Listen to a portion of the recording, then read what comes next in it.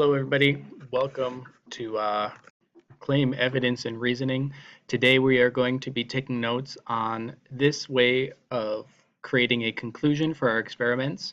We are going to title our notes today CER, Catalase Lab. There's an example of what your notes are going to look like up on the board. And the learning intention today is I can use CER to explain the results of my catalase reaction experiment. What this is going to do for us is that we've already created our testable question, we have our hypothesis, we've got our results. Now we're going to analyze our results and come up with an explanation of what they mean. And that's what claim, evidence, and reasoning is going to give to us. It's a very structured way of coming up with a scientific argument based on your data. That's what it will do for us. At the end of this lesson, you will create your own claim, evidence, reasoning for the Catalase Lab you did yesterday with your group.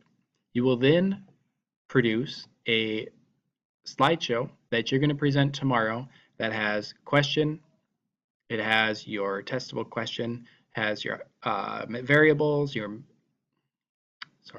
testable question, hypothesis, your variables, your results, and your CER. You're then going to create a model, and we'll do this in class tomorrow, that shows what you think is happening to the enzyme. Okay. But without any further ado, here is claim, evidence, and reasoning. Okay, this is what it looks like.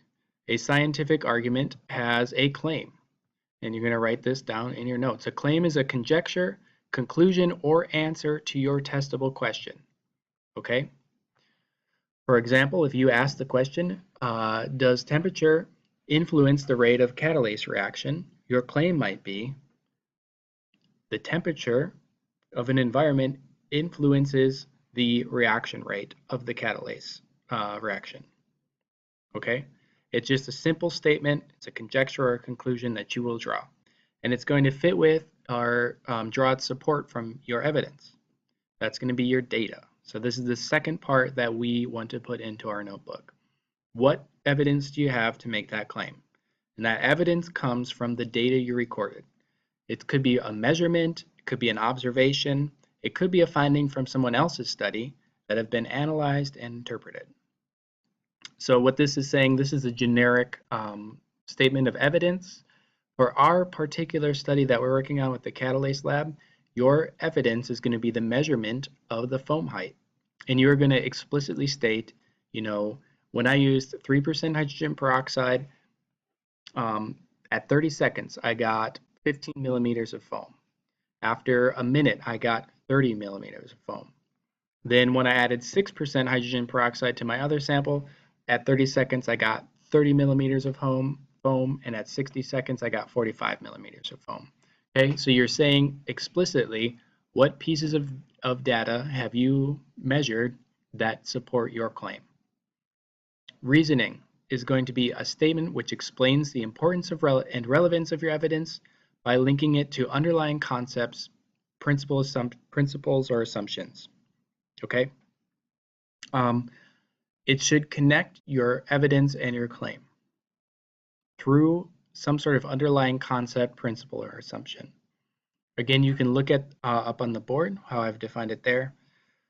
What this means is you're going to refer to a model of some type that helps us think of what's happening in your particular experiment. For the Catalase Lab, what we have been using as our model is the substrate, hydrogen peroxide, binds to the enzyme, catalase, in the active site. When the substrate binds to the enzyme at the active site, the product gets released, which is oxygen and water. The oxygen then gets released in the form of gas, which creates bubbles. Okay? So think of that model as a way to try to describe what you're seeing, whether it's through temperature, whether you did pH, whether you did concentration of the substrate or enzyme, whether you did inhibitor. How is that model being altered or affected by your manipulated variable? That's what your reasoning should state. Okay?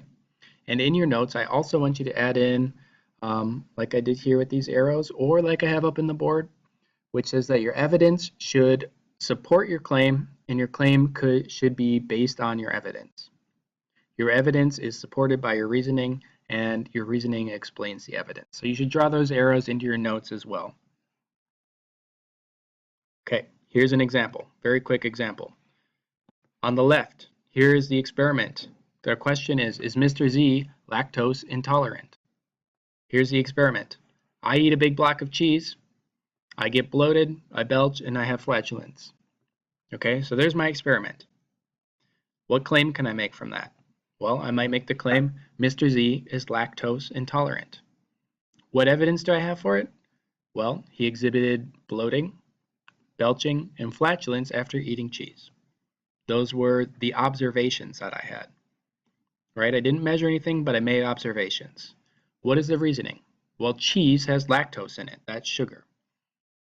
And when I ingested it, I displayed all the symptoms of lactose intolerant individual.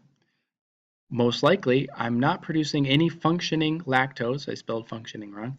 Not producing any functional lactose in my digestive tract. Okay, if we go back and we look, claim. Did I make a conjecture, conclusion, or answer to the testable question? Yes, I did. Am I intolerant? I'm saying yes. That's my conclusion. I am intolerant. What evidence do I have? Data, measurements, and observations. Okay. Here's my evidence. All of these symptoms. Reasoning. Statement which explains the importance and relevance of the evidence by linking it to underlying concepts, principles, or assumptions.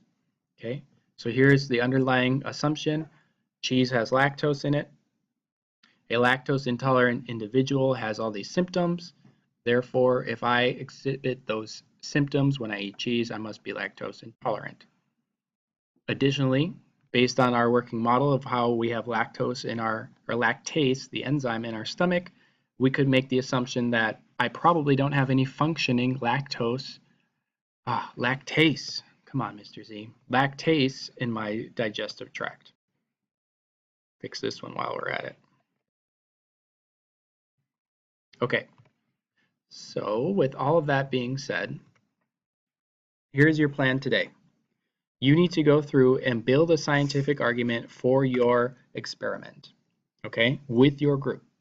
You're going to create a claim, evidence, and reasoning on the left-hand side of your note page today. So this right here will be on the right side.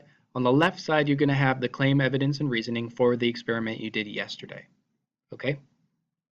When you're done with that, what you're going to do is look on the Moodle site, and there's a template for a scientific lab report, which you and your group are going to share with each other, make a copy, share with each other, and then you're going to fill out and prepare for tomorrow. Okay? So step 1, create a CER for your experiment from yesterday. Step 2, download, make a copy, and share the slideshow on Google Sheets and create a slideshow with your group. Okay? I will talk to you all tomorrow. Best of luck with that. Have a good time.